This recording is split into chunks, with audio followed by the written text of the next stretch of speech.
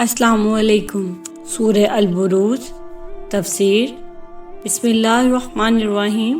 رسول اللہ صلی اللہ علیہ وآلہ وسلم فرماتے ہیں کہ اگلے زمانے میں ایک بادشاہ تھا، اس کے ہاں ایک جادوگر تھا۔ جب جادوگر بوڑھا ہوا تو اس نے بادشاہ سے کہا کہ اب میں بوڑھا ہو گیا ہوں اور میری موت کا وقت آ رہا ہے، مجھے کسی بچے کو سونپ دو تو میں اسے جادو سکھا دوں۔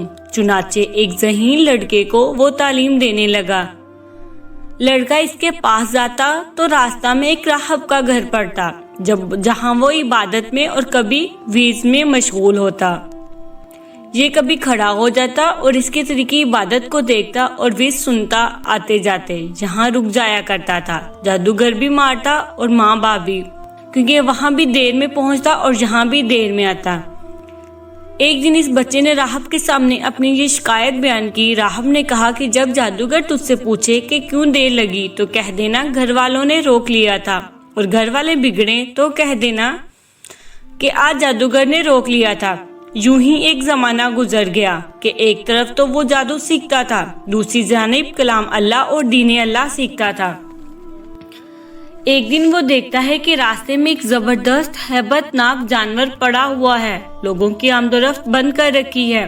ادھر والے ادھر اور ادھر والے ادھر نہیں آ سکتے تھے، اور سب لوگ ادھر ادھر حیران و پریشان کھڑے ہیں۔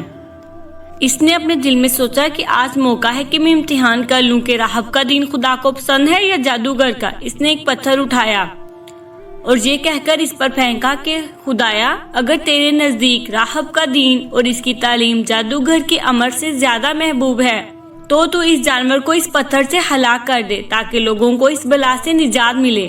پتھر کے لگتے ہی وہ جانور مر گیا اور لوگوں کا آنا جانا شروع ہو گیا۔ پھر جا کر راہب کو خبر دی۔ اس نے کہا، پیارے بچے، تو مجھ سے افضل ہے، اب خدا کی طرف سے تیری آزمائش ہوگی۔ اگر ایسا ہو تو کسی کو میری خبر نہ کرنا۔ اب اس بچے کے پاس حاجت مند لوگوں کا تانتا لگ گیا، اور اس کی دعا سے مادرزاد اندھے، کوڑی، جزامی اور ہر قسم کے بیمار اچھے ہونے لگے۔ بادشاہ کے ایک نبینا وزیر کے کان میں بھی یہ آواز پڑی۔ وہ بڑے تحائف لے کر حاضر ہوا اور کہنے لگا کہ اگر تو مجھے شفا دے دے تو یہ سب تجھے دے دوں گا۔ اس نے کہا کہ شفا میرے ہاتھ میں نہیں، میں کسی کو شفا نہیں دے سکتا، شفا دینے والا تو اللہ وحدہ لا شریک له ہے۔ اگر تو اس پر ایمان لانے کا وعدہ کرے تو میں اسے دعا کروں۔ اس نے اقرار کیا۔ بچے نے اس کے لیے دعا کی، اللہ نے اسے شفا دے دی اور بادشاہ کے دربار میں آیا، اور جس طرح اندھا ہونے سے پہلے کام کرتا تھا کرنے لگا، اور آنکھیں بالکل روشن تھیں۔ بادشاہ نے متعجب ہو کر پوچھا کہ تجھے آنکھیں کس نے دی؟ اس نے کہا، میرے رب نے۔ بادشاہ نے کہا، ہاں یعنی میں نے؟ وزیر نے کہا، نہیں، میرا اور تیرا رب اللہ ہے۔ بادشاہ نے کہا، اچھا تو کیا میرے سوا تیرا کوئی اور بھی رب ہے؟ وزیر نے کہا، ہاں میرا اور تیرا رب اللہ عز و جل ہے۔ اب اس نے اسے مار پیٹ شروع کر دی اور طرح طرح کی تکلیفیں اور ایذائیں پہنچانے لگا، اور پوچھنے لگا کہ تجھے یہ تعلیم کس نے دی؟ آخر اس نے بتا دیا کہ اس بچے کے ہاتھ پر میں نے اسلام قبول کر لیا۔ اس نے اسے بلوایا اور کہا، اب تو تم جادو میں خوب کامل ہو گئے کہ اندھوں کو دیکھتا اور بیماروں کو تندرست کرنے لگے ہو۔ اس نے کہا، غلط ہے، نہ میں کسی کو شفا دے سکتا ہوں نہ جادو، شفا اللہ عز و جل کے ہاتھ میں ہے۔ کہنے لگا، ہاں یعنی میرے ہاتھ میں ہے، کیونکہ اللہ تو میں ہی ہوں۔ اس نے کہا، ہرگز نہیں۔ کہا، پھر کیا تو میرے سوا کسی اور کو رب مانتا ہے؟ تو وہ کہنے لگا، ہاں میرا اور تیرا رب اللہ تعالیٰ ہے۔ اس نے اب اسے بھی طرح طرح کی سزائیں دینی شروع کی، یہاں تک کہ راہب کا پتہ لگا لیا۔ راہب کو بلا کر اس نے کہا کہ تو اسلام کو چھوڑ دے اور اس دین سے پلٹ جا۔ اس نے انکار کیا تو اس بادشاہ نے آرے سے اسے چیر دیا اور ٹھیک تو ٹکڑے کر کے پھینک دیا۔ پھر اس نوجوان سے کہا کہ تو بھی دین سے پھر جا۔ اس نے بھی انکار کیا تو بادشاہ نے حکم دیا کہ ہمارے سپاہی اسے فلاں فلاں پہاڑ پر لے جائیں اور اس کی بلند چوٹی پر پہنچ کر پھر اس کے دین کو چھوڑ دینے کو کہیں۔ اگر مان لے تو اچھا، ورنہ وہیں سے اسے لڑکا دیں۔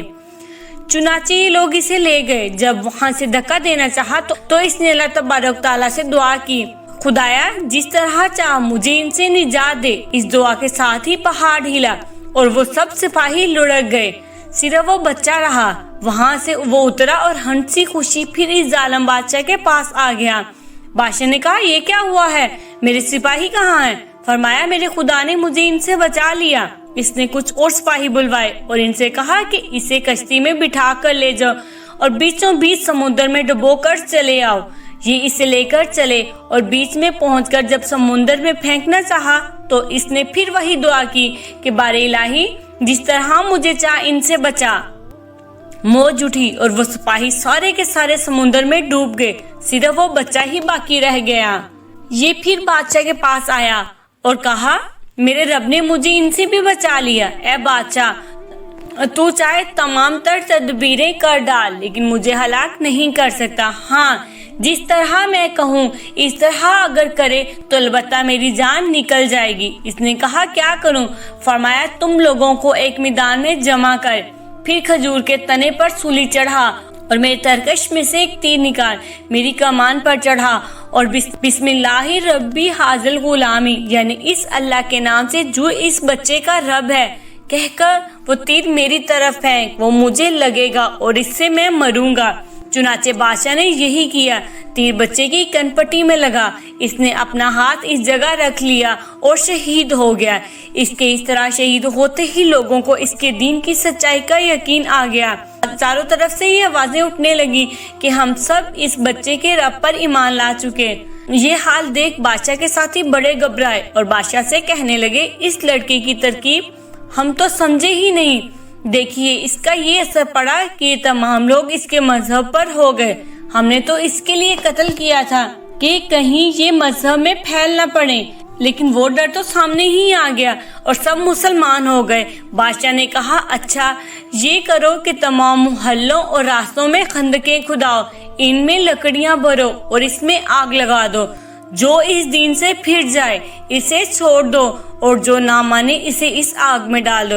ان مسلمانوں نے صبر و سحار کے ساتھ آگ میں جلنا منظور کر لیا اور اس میں کود کود کر گرنے لگے۔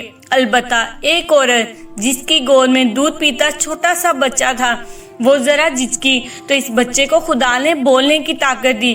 اس نے کہا اماں کیا کر رہی ہو؟ تم تو حق پر ہو، صبر کرو اور اس میں